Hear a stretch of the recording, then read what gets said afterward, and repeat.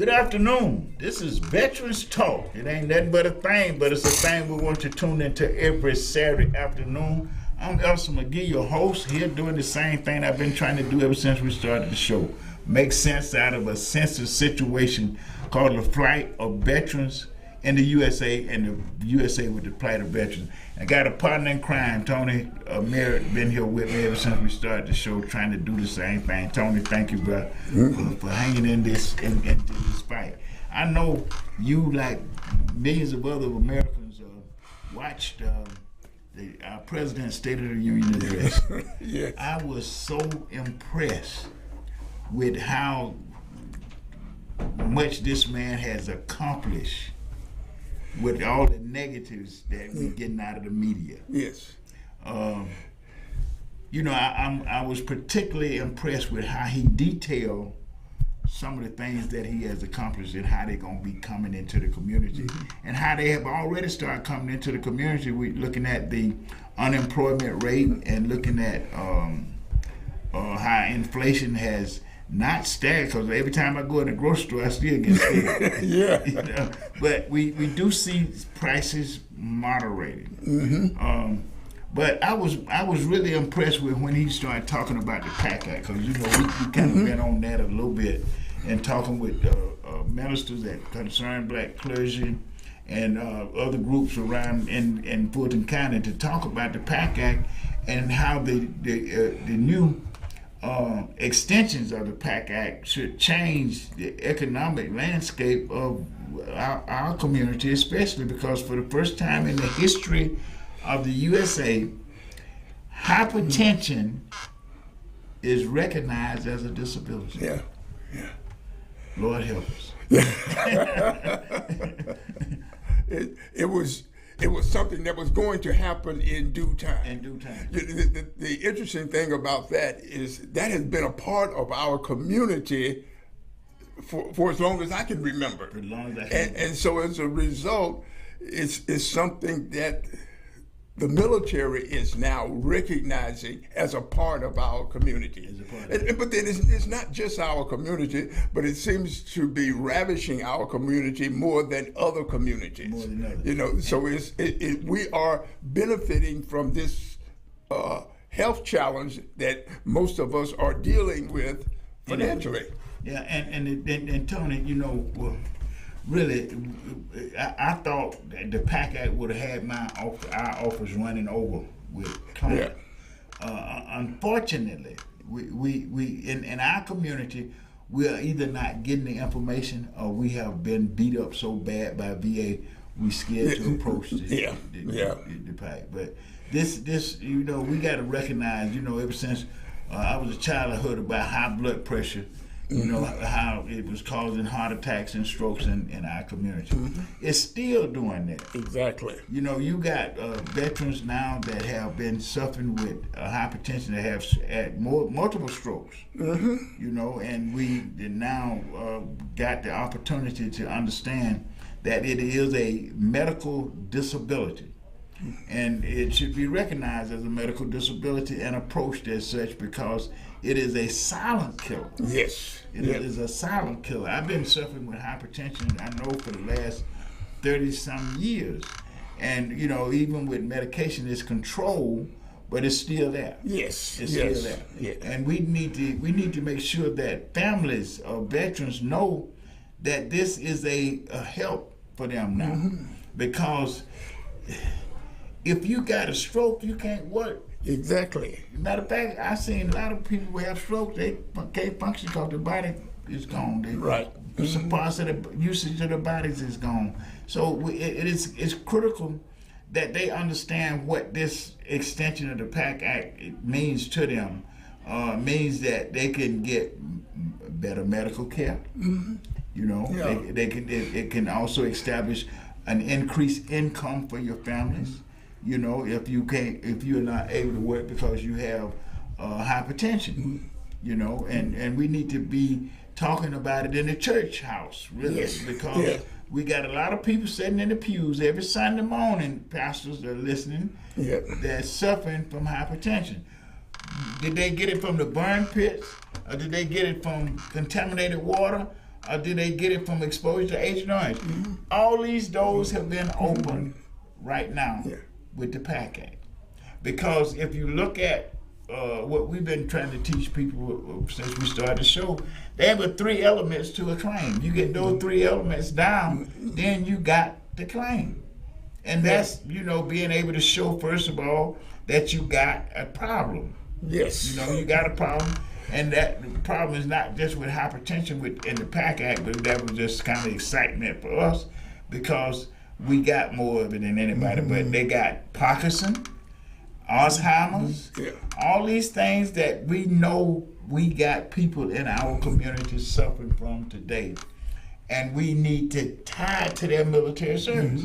Tony, I'm going to tell you something. I think, veterans are a big part of the problem when it comes down to our folks to understand the benefits. Because when I was a paratrooper, I thought I was close thing to Superman. I thought I could fly. We built up this false persona of good health, and we don't go to the doctors. We'll sit around the house with a headache and won't go to the doctor to find out that, well, you suffer from hypertension. Some kind of way we got to be able to relate that some of the things that we're going through after the military happen as a result of that military service. And it's okay to recognize that.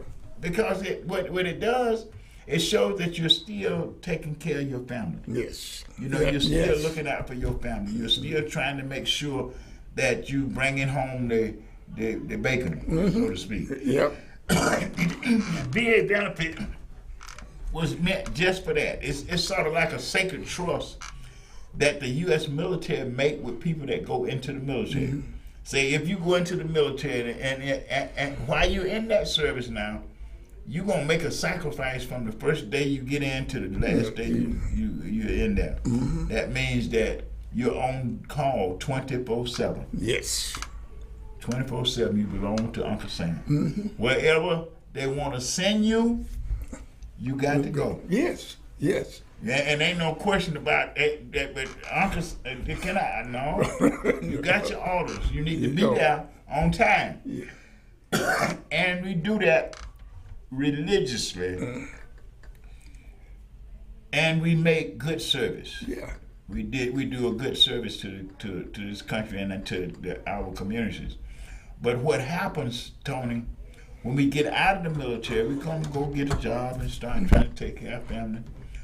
We forget about that military service, what it meant, unless we buying a house. Yeah. If we buying a house, we kind of remember it. If you got some critical issues, you might remember it. But otherwise, by and large, less than 15% of the people ever served in the military actually use the VA. Now, we need to think about that because the VA is the 3rd largest part of the federal budget.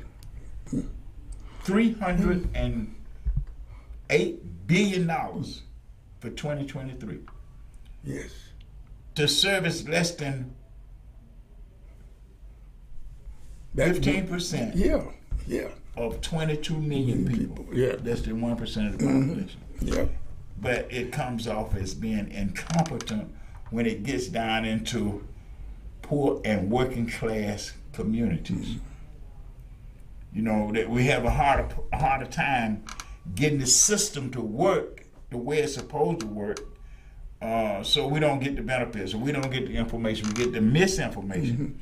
And we think that just because we don't know, it's not happening. Veteran benefits are from the time you get out of service to the day, well, beyond your existence as a person, if you got a family, beyond your existence. In other words, if you got a surviving spouse, they get your benefits when you deceased. If you got a disabled child or a minor child, the child get their benefits until they are grown. We need to be able to look at these benefits as part of our assets.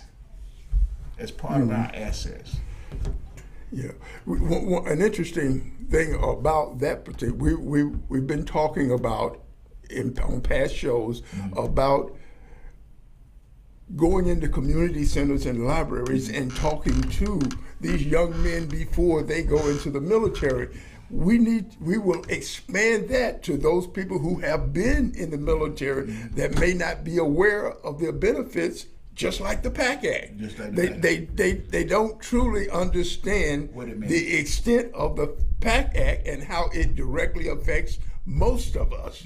And so here's an opportunity for our organization to move into the community and to assist veterans, not just young men going into the military, but veterans who are in the military or are about to leave the military. You know, I've mentioned this before about how the military trains us to go into for going into the military but not coming out. Here's an opportunity, even though we aren't in the military, but we can assist those veterans that are coming out of the military to say, this is a benefit that you earn, and this is how you obtain it, you know, and that's so important. Well, it's critical, Tony, when you point this out, because what happens, you know, they talked about the suicide rates among going down. But now that is one of the issues that happens. You got young people coming out of the military who have been mentally injured. Yes, right. Not necessarily physically injured, but mentally, and sometimes both. The families are not equipped with the knowledge to help them. Yes. And, you know, because of the military stuff and then the disability that they incur, these young people are killing themselves at a crisis rate. Yes. Even if it's down from 22 to 17, 17 a day is too many. Yes. One a day is too many. Exactly. And we need to make sure that what you just pointed out is so critical to that particular issue, because if you could equip the families of these young people to what they might be experiencing coming out of the military back into the community, they might be able to get treatment in time before they committed these suicide. You know, that's an interesting point, because, you know, initially we talked about the veteran going in, the veteran getting out. The thing is, though, the family. You know, we need to, when we, not if, but when we organize and move into these community centers and libraries and talking to these veterans, not just to the veterans, but to the family, letting the family know what the possible life will be like as you give up your son to serve in the military. And you know, Tony, I'm so glad you pointed this out, man, because we know we just made our first report to the Fulton County Veteran Empowerment Commission. And you know, we pointed out to some of the deficits, and one of the deficits of I feel of the Empowerment Commission is that don't nobody know about it in the community. So we're gonna be pushing for town hall meetings in the community to talk about these same issues. You know, now we have a government entity that can empower us in putting this information out. So we're gonna be pushing the Veteran Empowerment Commission into the community with this information come 2023. This is our second year. It is so important that we get the organization, the Veterans Empowerment Commission, to realize that is part of our job as being a part of that commission, to inform the community. It's not always to sit up and send possible funds to a particular organization that's helping veterans, but they need to know that we exist. That we exist, and why you have these three different categories that the legislation addressed in our community, and that these target areas are things that we see every day in the community. We see people suffer from mental illnesses without help. We see. Now we got a veteran service program that's putting fundings out in the community to assist the community with that. The community need to know about it. Yes. See, the biggest problem with what we're doing, Tony, I sit back and since I've been kind of handicapped, can't get out there pushing. I'm saying, don't nobody know what we're doing. Exactly. They not only don't know what we're doing, they don't know we exist. They don't even know we exist. You know, that's a tragedy because for the first time, Fulton County veterans have a helper in the government. Yes. We're gonna have to get Marvin Adams Jr. on the program. He got to come back on the program and help us explain to the community the good work that he has just done. Exactly. You know, this is some amazing stuff because it can be an interface and to help people get ready to confront their individual families members when they're coming home. Yes. We have the resources in our community to make a difference. We just got to make sure that the community know about it and that they're engaging us in a way. That's why we got Veterans Talk. Exactly. You know, you can follow us on Facebook. You can, you know, like us on Twitter. Like us on Twitter and follow us on Facebook. We all over the net trying to do this because we recognize how critical it is when I go downtown Atlanta, right across from the Capitol, I see Tent City. Yes. Tent City. This is not a joke. This is homeless people in the shadows of our government. Yes. And we ain't doing anything. Well, we're doing something about it. We're doing something about it. But the interesting thing about that is the present governor is refunding money to taxpayers when he walks out of that office or he looks out of his window, and like you said, there's 10 cities. Seems like that would be a better use for funds in a humanitarian area.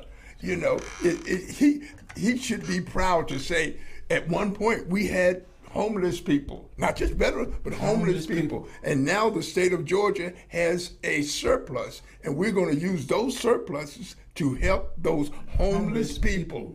And doing so, he's going to help veterans. Back into, you know, because see, and I'm so glad you touched on this. Because this show you got a lot of politicians with no vision. Exactly. Yes.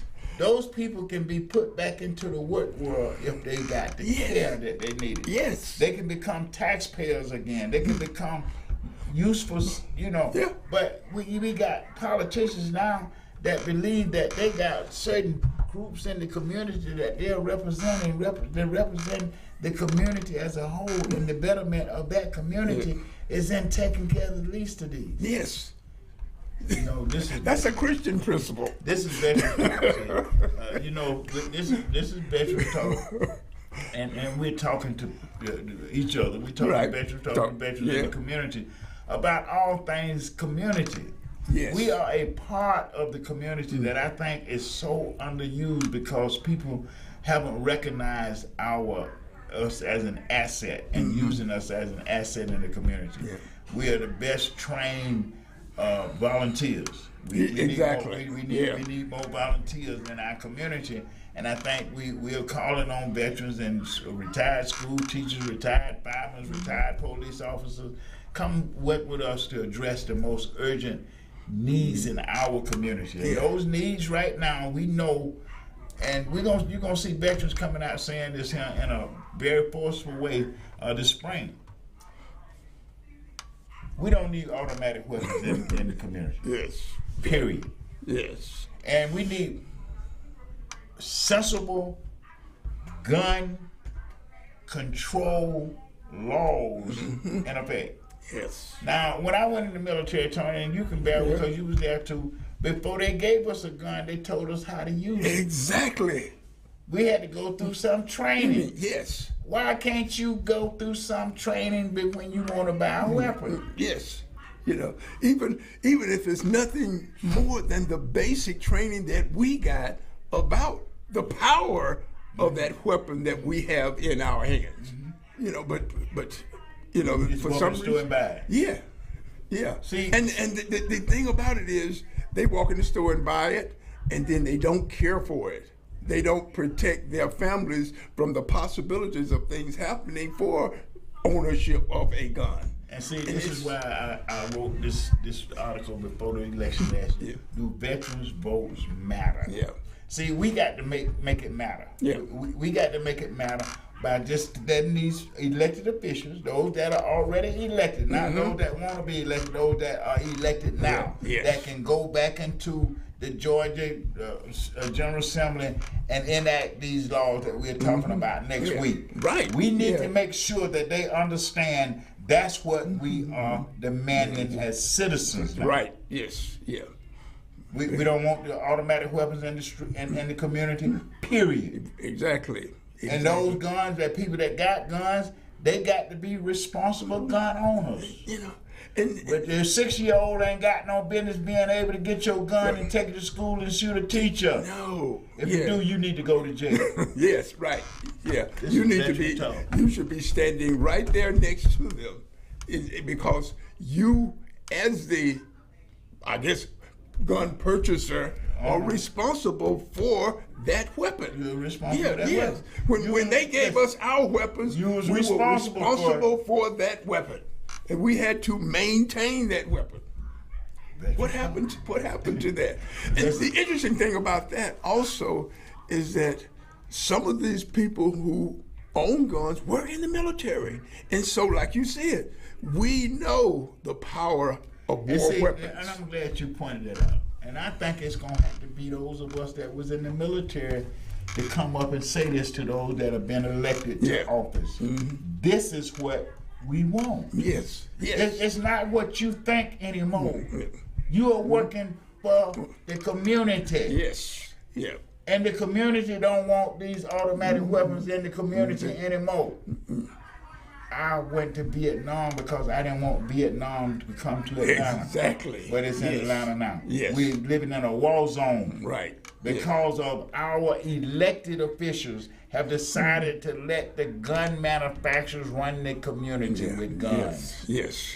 And I'm tired of walking out of my door thinking I might get shot up by somebody with an automatic weapon. We don't want them in the community. And we're going to make sure that those people that are elected that can change the laws, change the laws. You know, I was speaking with my nephew the other day. I said, it has gotten to the point now to where before you interact with someone in a conflicting way, the thought is, this person may have a gun, or this person may have access to a gun, and so now you're challenged when it comes to what at once was an exchange of opinions about a particular situation. And if they saw it wrong, now they have a legal weapon to defend their point of view, whereas before we would exchange information and at least come to an agreement, or we agree to disagree and go our separate ways. Now somebody won't get hurt. Yes. You know why? Because we done allowed gun manufacturers to flood the community with guns. Yes. And with guns with people that don't even know how to handle these guns. Yes. And we gonna just act like we don't know what to do about it. Right. We know when it comes down to say they ain't fit to serve, they're not fit to serve. Right. You know, we understand what fitness to serve means. Yes. And we have some politicians that are not fit to serve our community right now. Exactly. They think more of, and let me say this, when the right to bear arms was being promulgated in the Constitution, we didn't have no automatic weapons. No. So they wouldn't. That didn't make it. That constitutional right didn't give you the right to bear a automatic weapon in the community. Yes. They were one-shot muskets. One-shot muskets. And you need to get back to your one-shot musket, and you need to know how to handle that. Exactly. You know, we need to make sure that when you go to buy it, you're going to be trained to get it. Yes. Yeah. That you're going to know how to handle it. You're going to know how to keep it safe. You're going to make sure your 6-year-old can't get it and go to school with it. Right. Yeah. You know, we got to stop acting like when we elect folks, we elect them to go tell us what to do. Exactly. and never once have you been in a situation where you as the employee told the employer what to do. But now we're in a situation where we can tell our governing body what to do. And if he doesn't like what we're telling him what to do, we vote him out of office. That's what the vote is for. Yes. Do veterans vote matter? Yes. We got to make it matter to them when it matters to us, so we got to use it. Yeah. We got to use that vote to make these politicians understand that we are not slow with what's going on in our community. Yes. We want a safe community. We don't want a war-torn community in America. You know, I mean, I'm watching the toxic politics. I was watching this stuff at the State of the Union address. You know, I mean, no respect for the truth. Yes. You know, no respect for what you're gonna do with government. You planning to undermine the benefits of those of us that served in the U.S. military. Yeah. And you won't even say it, and you know, just come up and say it. You want to sneak behind closed doors where you ain't got no hearings and can't nobody see you. Then you're going to come up with a law you think we're going to accept. We need to make veterans vote matter. Yes. We need to direct it to the targets that the people are elected in our government, and these are our governments. Yes. You know, we own these governments. These are we the people. Yes. Have lost our grip on our community because we have not voted in a way that makes sense. Exactly. Right. You know, we listen. How do you spend $500 million in a election cycle? $500 million in a small state like Georgia. Yes. To get elected to an office where you are supposed to govern, and you're choosing not to govern the way the people who voted you in office want you to do. Yeah, for their benefits. Yeah, for the benefit of the community. For the benefits of the whole community. Yes.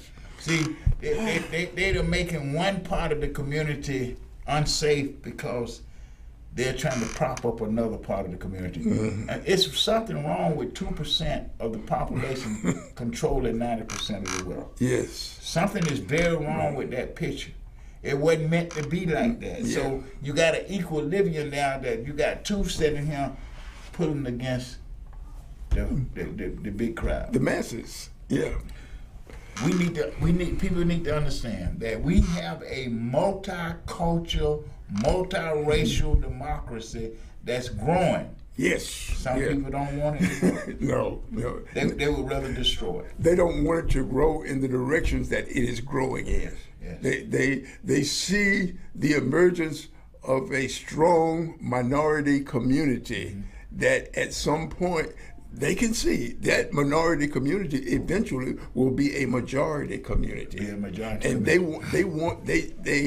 idea of losing their ability to control that situation, it has them creating ridiculous laws and rules so that they can continue to maintain control.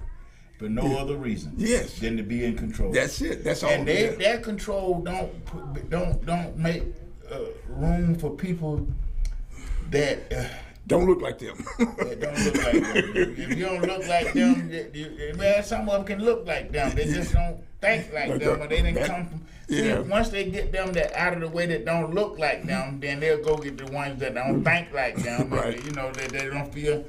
These people gonna always need somebody to look down on. Yes. Because we have allowed them, and I say we allowed them to take over control of these wealth because we go along with it. Yes. We can stop it tomorrow. Just start cooperating with it. That's it.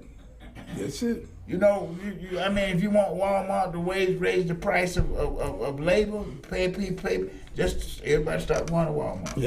Yeah. Just stop one day. Yeah. Walmart get the picture. One day, all you got to do is just start one day across the country, Walmart. You ain't paying your workers right, you know. So we not going to Walmart today. Ain't nobody going to Walmart. And all we have to do is think back in our history. Mm-hmm. Martin Luther King, Montgomery bus boycott. Showed us how to do it. Yes. It's there, and it worked, and that community survived because all of a sudden, within that community, they said, okay, we don't have public transportation, but we have some people with cars that will get you to your job. Yeah. And so the community stepped up. Stepped up to work together. Yes. And that's what it's going to take. That's what it was meant to be anyway. We are our brother's keeper. Yes. We done got into places where we want people to think that we are not our brother's keeper. We don't want for our neighbor what we want for ourselves. We want to take from our neighbors for ourselves. And that's what got us in problems. Right. Yes. You know, that's what got us in the situation that we're in today, where we have allowed 2% of the population to control 90% of the world's wealth. Yeah. And then we're gonna wonder why the stoves prices go up and rent is out of control. Yes. Because the 2%ers are doing it the way they want to do it. They're gonna make sure that you ain't never gonna get over with them, because they have the mechanisms to keep you down. Yes. And as long as you keep going for it, it works. Yes. It works. Yep. So Dr. King came along and showed us what that was, and then Malcolm said something to us too that we need to keep in mind. I wish there could have been a fly in that room when Dr. King and Malcolm X met. Yes. Yeah. You know, here you got an integrationist and you got a segregationist in the same room. Yeah. Now Malcolm stuff against integration would shock some people. Why he felt that integration would be bad for black people. You could see it in Clarence Thomas. Oh, yeah. I'm just yeah, I know, yeah. You see what you follow me? Yeah, follow you. Yes. Malcolm was trying to show us this. Yes. You're going to have these people that emulate, that so much identify with the slave master. Yes. Yep. That they were always bound to the slave master's way of doing things. We sick master, you know. I mean, you know, and master got a cold and said, "We sick, master." No, you ain't sick, brother. You're not sick. Yeah. You know, Chicken Little Sky was falling. Yours wasn't falling. Right. Yep. And now we got people that got all these different kind of theories about the truth. One truth ain't the truth. You know, facts ain't facts. Yeah. You know, because they want to follow people that say something and make it true. Yes. See, if I say something and I get everybody around me to say the same thing, they feel like that's what makes truth. That's not what truth is. But you see that going into these different elections across country, you got people talking about if they won, the election was right. So that shit how twisted that them got. Yeah. And the sad part about it is the masses that bought into it. We saw that in 2 years ago at the United States Capitol, the numbers of masses that bought into it, and those were the ones that showed up. That wasn't the ones that weren't able to come, but also believed that type of attitude about the federal government. That's talking about why it wasn't there. She was busy supporting you. You know, you had more supporters than you had, you know, activists. Yes. So we have to understand that comes from us having a lack of communication in the community about these issues. You know, we done got it to the point where they think critical race theory is something where we don't want to teach this, we don't want nobody to talk about this because it makes me feel bad. Yeah. Yeah.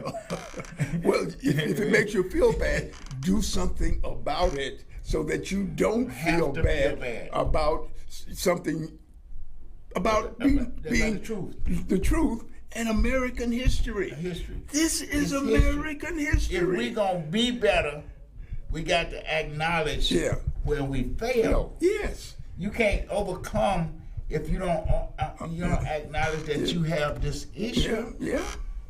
But just like they got a leader that say he ain't never did nothing, he had to ask God forgiveness for. Yeah. Yes. That scared me right then and there. So that means we got a perfect man somewhere. Yes. And I ain't seeing I don't see him like that, you know. But you got a lot of people that will die believing that. Yes, they bought into it, and they will sacrifice everything for that belief. This is Veterans Talk. Yes. I want you to follow us on Facebook, like us on Twitters. Yeah. Because what we're trying to do is make conversation with you, the audience and the community, and making sense out of it. Really. Yeah.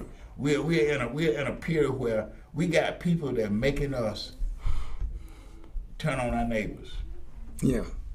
We're against each other in the family. You know, it looks like what the Bible tells you. You know, there's gonna come a time when mother against daughter, daughter against mother, son against father.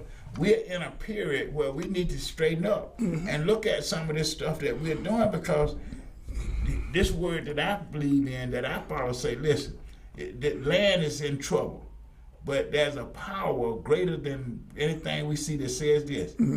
If you, those are called by my name, would just turn away from your ways, now, you know, from your ways, back to the way that he has outlined for us to do, he will heal the land. He will heal the nation. Yes. All of these issues that we are complaining about will go away. Right.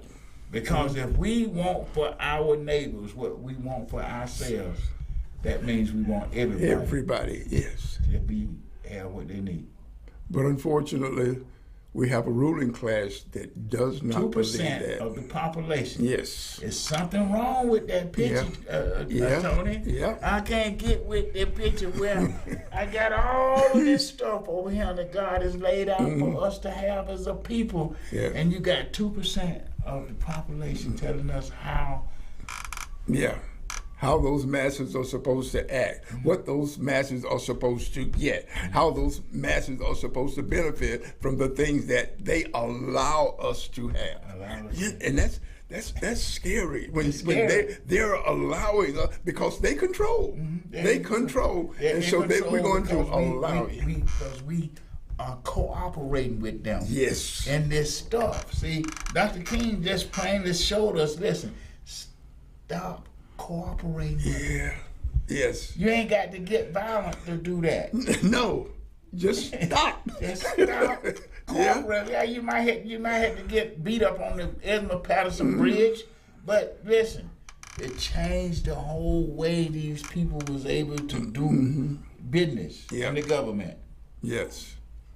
Definitely within the government. Within the government. It changed the whole thing because we stood up and stopped cooperating with them. So the government had to stop backing that bus company. Yeah.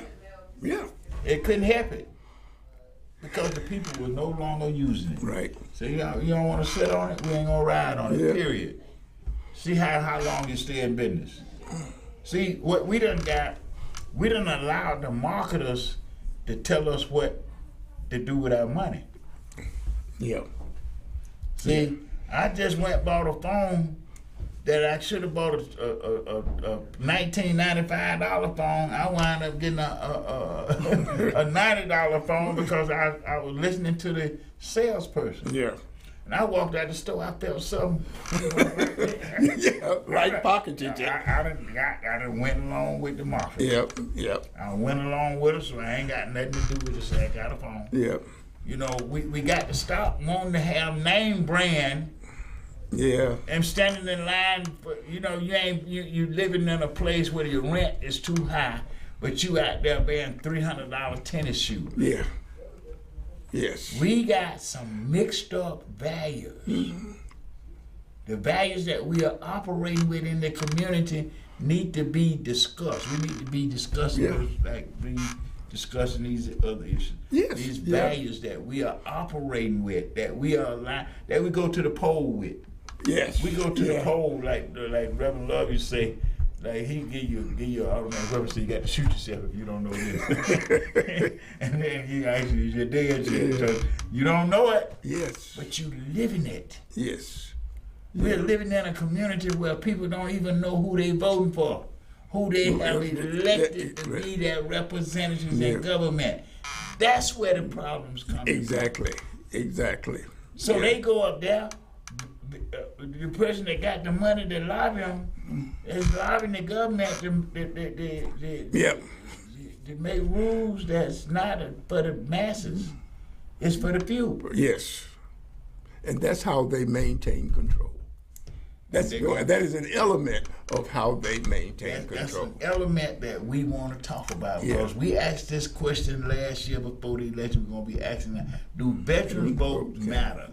We are in that predicament where we are able to show people, to tell people, we know how government is supposed to operate. We know how people are supposed to operate within the government. When we see people ain't fit to serve, we shouldn't be having them in our government. Yep.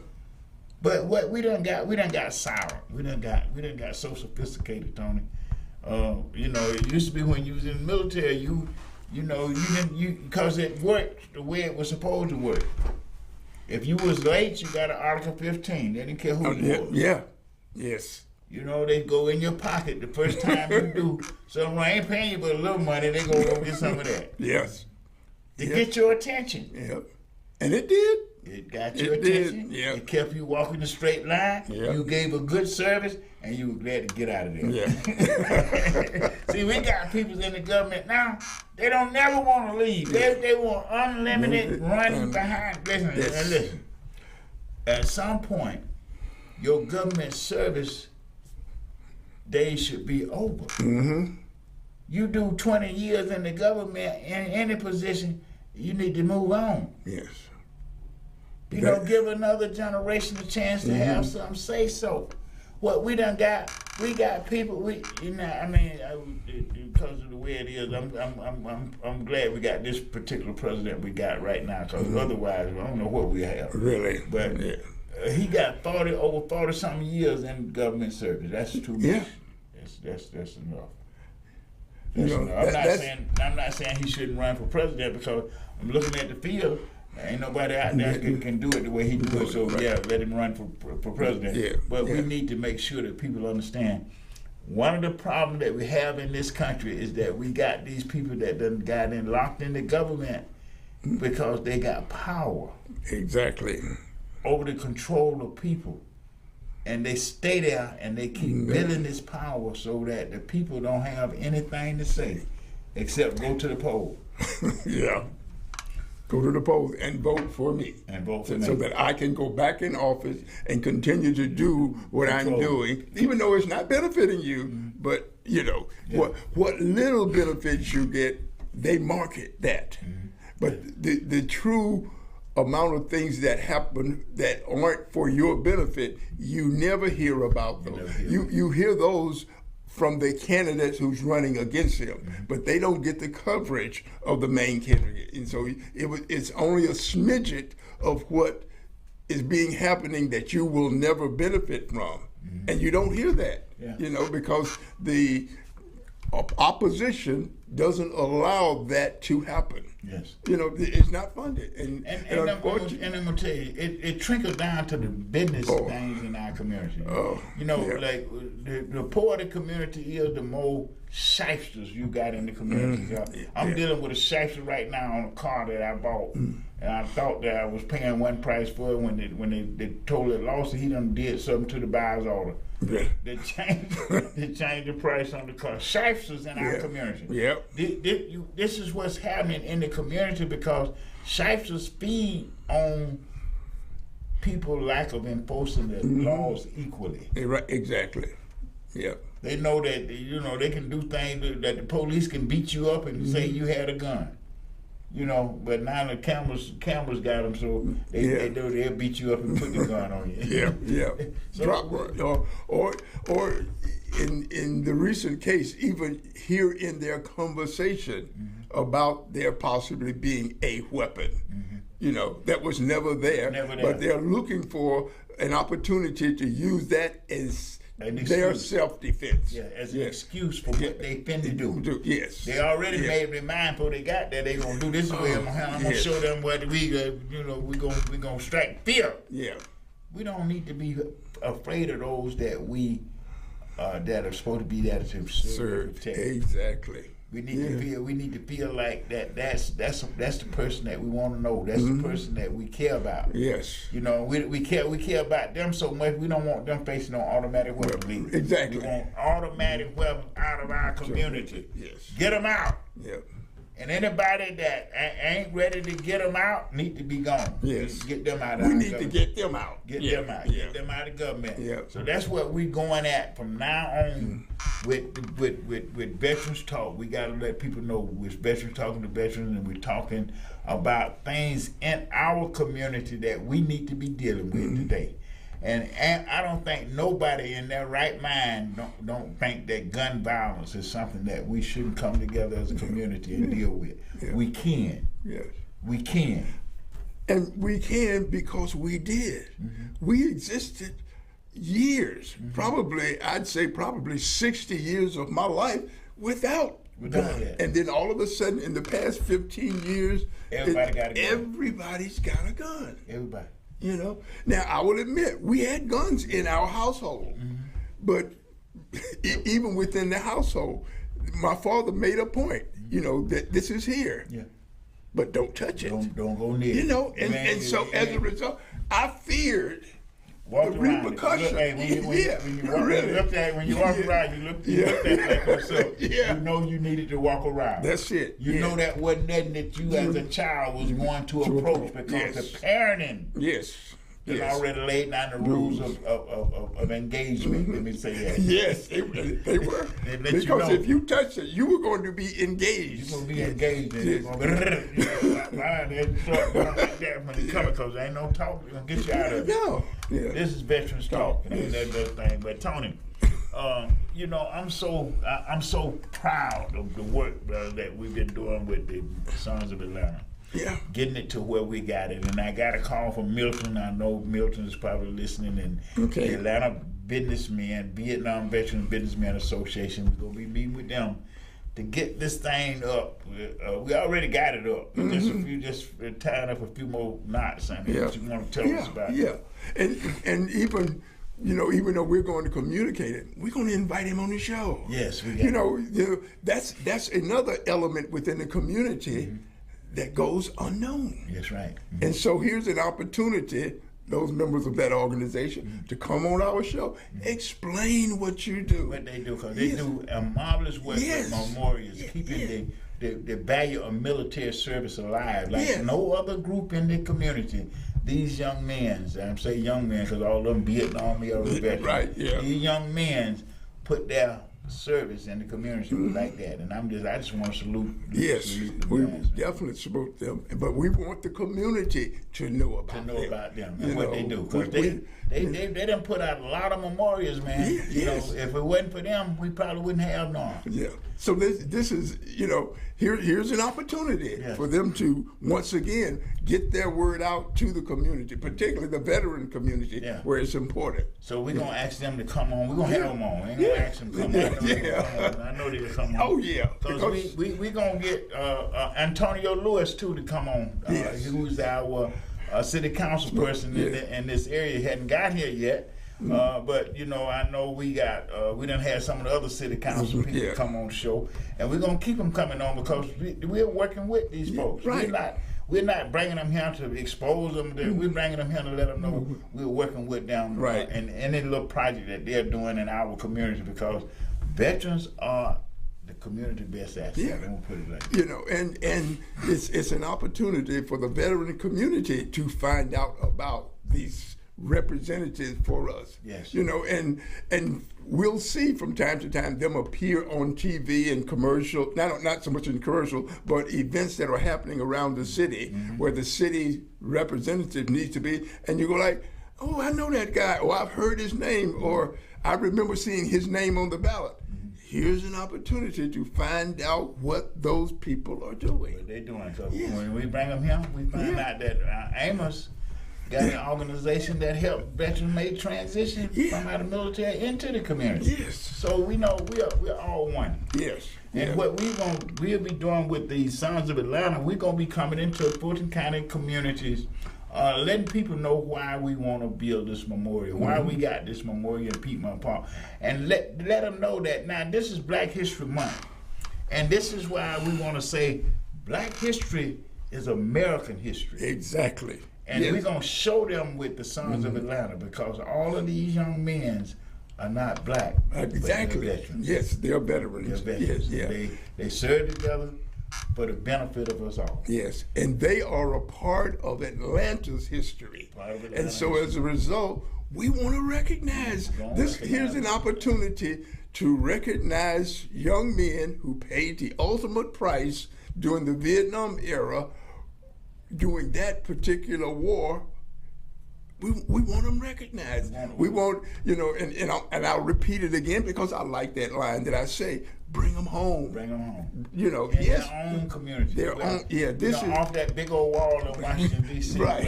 where they're hailed as heroes, but they are heroes in their own communities. And that's what we're doing. That, and by doing so, we're going to get them recognized by people in the community that didn't realize that they paid the ultimate price. And so once they're here on that memorial and people visit it, they go like, I did not realize that. I'm going to tell you something before this ends. Okay. We do a lot of talking about when people get killed, young people in our community get killed, their lives are wasted for nothing. But you have never heard this conversation about these young men who gave their lives for something. Yes, yeah, voluntarily. Voluntarily gave their lives for the benefit of all of us. Yes, yeah. What a noble issue. That's what we veterans do. Yeah. We serve. We serve nobly, willingly, yes. And we should be proud to pull that up in the community and let people know every year when high school graduation come around, you got young people going into the U.S. military. Yeah. And we want to make sure people understand that, so that these young people can get the best out of their military service. Yes. That they won't go in as naively as we went in. Yes. And they'll come out better prepared Yes. than we did. Yes. This is Veterans Talk. It ain't nothing but a thing, but it's a thing we want you tuned into every Saturday afternoon. Now, want to remind you that you can go to the sonsofAtlanta.org, sonsofAtlanta.org, and purchase a brick.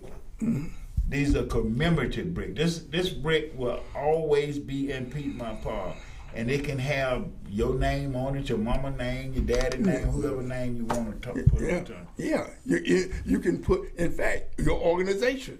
If you're a organization that supported veterans, here's an opportunity. GenCare. GenCare is a major company here in the city of Atlanta that is doing that, and they will have a commemorative. They will be on the wall of support of donors, major donors.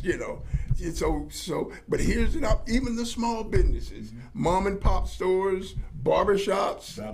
Anybody that want to support these young men, yes. that want to see our national heroes recognized in their own hometown. Yes. That's what the Sons of Atlanta bring to the table. Yeah.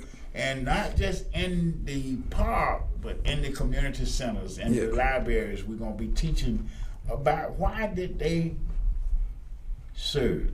Yes. Why did they serve? They served up under this notion that we were going to be one nation, individual, under God, with liberty and justice for all. Every one of them died believing that. That's what they were serving. Yes. And we would be less than patriotic if we didn't push that idea forward. Did not recognize them, did not memorialize them for their beliefs and their willingness to pay the ultimate price. When we went in, that was never a thought. It was never a thought that there's a possibility of my not physically returning home. Right. Because we always believed that we would come home. Yeah. So they left home thinking they were going to come back Yes. as patrons in the U.S. military, but they went knowing that there was a possibility Always, that they wanted to come back.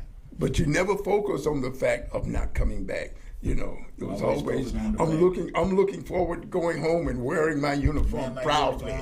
And being a part of the U.S. military. Yes. I want everybody in my hood to know that I served. Yes. That I served, and that I served for something for them. Yeah. This is all about America. It's all about our freedoms. It's all about our democracy. It's all about what we do in our community every day. It's all about the opportunities that we have for our children. It's all about the safety that we have for our loved ones. And that's why we're saying that veterans going to come out against these automatic weapons. Oh, yes. We don't want that. We don't want none of that. Yeah. Now, and people that think that we want some of that, been deceived. Yes. They've been deceived. Veterans voters matter. Yes. We're gonna put our vote behind this to make sure that those people that think that they're gonna flood the community with automatic weapons got to have something else to do. We're gonna give them something else to do. Yeah. They need something else to do. They don't need to be in our community. No. You want to close it out? I'm gonna just add one little point to that. Most of us veterans are proud, and on the internet again, ran across veterans flags, and so I permanently display a veterans flag at my home. Yes. Now, it got knocked down when the tree fell on the house, but it's going back up as soon as the work. But I'm proud to show that I am a veteran. I am a veteran. I got my American flag flying on the front porch, and gonna keep it flying on the front porch as long as I'm there. Yeah. And every veteran, we want every veteran in the country to do that. Yes. If you in your apartment or your home, fly the flag. Yes. Let the people know that I pledge allegiance to it, and I still believe that it's possible for us to have equal opportunity, equal justice for everybody. This country is big enough. It got to be big enough when you got 2%ers. Some of them got houses in every state. Yes. Oh, yeah. I mean, they won't go from state to state. Those are actually estates in every state. Those houses are that big. They're actually estates. I looked at the president house. Yes. They got more than one house. Yes. The vice president house. Yeah. And like you say, they are estates. Yes. They are big, beautiful homes, man, with multiple rooms. Yes. I was looking at one. I said, I wonder how many homeless people he can. Yes, really. Yes. How many homeless people he go in and buy up to Christmas to take care of. But see, that's the problem. Yeah. 2% of the population has no earthly rights to control 90% of it. Yep. That's not the way it was meant to be. Yeah. We're not supposed to be charging. You got people right now that owe thousands of dollars for water. Yeah. Yes. Yeah. That's 2% controlling. Yeah. So we need to relook at how we are electing folks to run our government, because some of these people done got in the government and they feel like they're above the law. They don't have to even follow the same rules of governing that they govern with. Something is desperately wrong with that 2% having 90% control of the wealth, because they ain't doing it right. Yeah. They're not moral with it. They're immoral. Yeah, immoral. Yeah, exactly. Immoral. Yeah. So Tony, so we're encouraging members of our community, those people who are watching this show, support the Sons of Atlanta Vietnam Memorial by making a contribution in your name or in any name. sonsofatlanta.org. Support the building of the memorial, become a permanent part, and you'll be a proud American. And you can volunteer to help too. Yes. You can come in, because we're going to be in libraries and community centers throughout Fulton County, showing other counties how well we can do when we are all working together for the same thing. Yep. Thank you.